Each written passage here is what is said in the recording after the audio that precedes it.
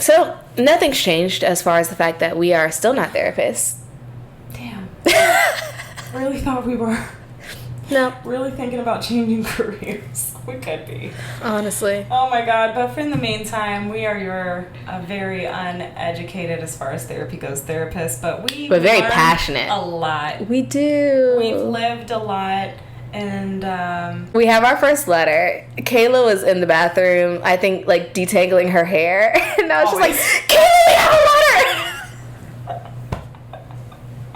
Thank you so much. Thank you. So what is our first letter? Our first letter this week is from Sarah. Okay. And she says, what are some ways that you incorporate self-care when you're feeling overwhelmed? Which is a pretty straightforward question that I feel like can go 3,000 ways. So I'm going to be as succinct as possible. Okay. My favorite way to incorporate self-care is actually discipline. Because I like to acknowledge the behaviors I fall into when I need self-care the most, and, you know, entertain them a little bit, and then fervently do not that. Yeah. Like, when I need self-care the most, I know I sleep a lot. I know my eating habits go to trash, whether that's not eating much or not eating anything good for me, or eating a lot of things that I'm not allergic to but really sensitive to.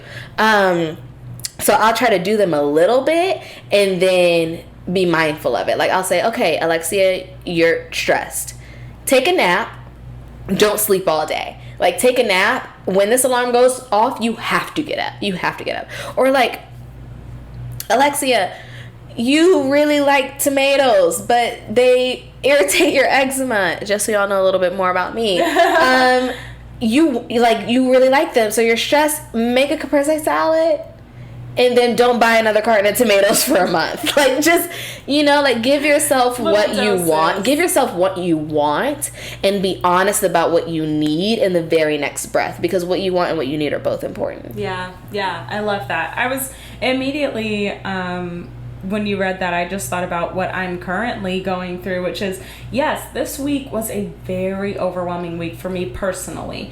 But what my self-care looks like in this moment, and I've always kind of obsessed about this definition of, like, what self-care is, because on social medias, on Instagram, it is glam, right? It's like, take a bath, wear a face mask, blah, blah, blah. That's not all that self-care is, right? Like, self-care for me this week, I had a very overwhelming week, and I started to see it is discipline. I started to see those habits that I've incorporated into my life just to make so that I wake up the next day and go, oh, no regrets. You know, like, those things started to slip.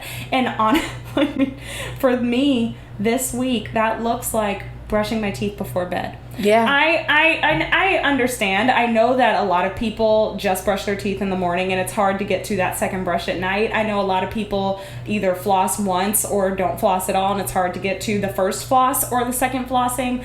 I, as of the last 2 years, because I had a lot of dental issues, had to incorporate brush in the morning, brush at night, floss in the morning, floss at night. And I've lost that second half, that night portion, just because I'm getting so tired, so beat out in the day that I'm just like, fuck it, I'm going to drink this glass of wine and I'll just pass out right here. You know, and I wake up in the morning and I'm like, I have that dry purple tongue and I'm like, bitch, no, don't play yourself. So it's been about a week of that and I'm like, brush your damn teeth. Yeah. So I brushed my teeth last night, and this morning I woke up with a slightly less dry mouth, and I just said, oh my God, thank you. And that feels like I'm getting back to the things that just set me up better for the next day. And I realized, like, even me, I need a little bit more of that than the normal person. Sometimes I have to lay out my clothes for the day. Sometimes I have to, hour by hour, plan out my next day so that I don't feel overwhelmed the next day. That's what that is for me. And those things are needed now more than ever. And I think just listening to that and being like, okay, these are the extra steps that you need to pay attention to, because shame is common, you know, especially in this time. Shame is common for ourselves, and I think if you can remove those little parts of shame that are just like, girl, get your shit together, you know, one by one, baby steps, and they start to become habits again. That's self-care.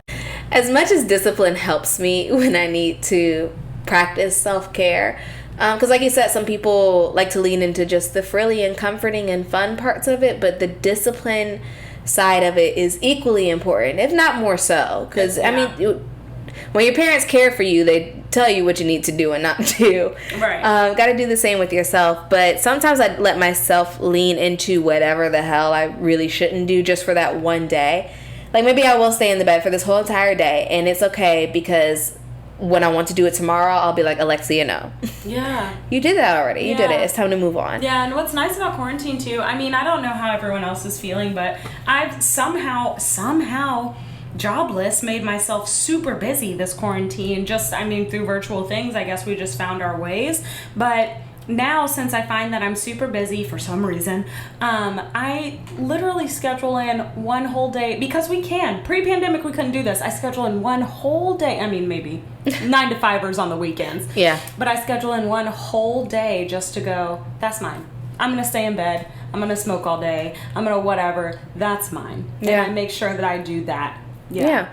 I the day we got this letter, I saw this post a few hours before where this woman on Twitter, she broke down self-care as far as love languages are concerned, because we talk about love languages with other people, but she's like, what do these languages look like within ourselves? She's like, if your love language for yourself is physical touch, have a self-care spa day. Like, do some yoga, something with your body, or put a face mask on. It's so funny, because the day I saw this, I did all of the things for myself. My primary love language as far as receiving is acts of service, but it's also huge as far as myself care routine, and her list was creating a budget, setting appointments, planning your week, cleansing your phone, and cleaning. And I had done all of those things in the day, and then I saw that post and I was like,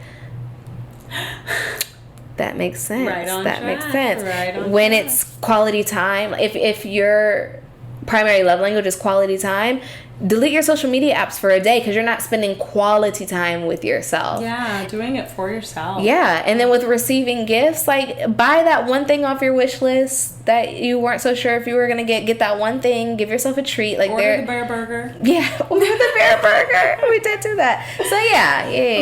Mine is words of affirmations, and on here you listed sing affirming songs, daily mantra, affirmation phone backgrounds. I literally do that. I change my phone backgrounds because I think it's also an aesthetics thing. I just make things pretty, and then I will just, like, I mean, you saw me the other night. I had to just rock out to music for hours. I just blasted it. I jumped on my bed because, like, the words just speak to me again. So that is super helpful. Yeah.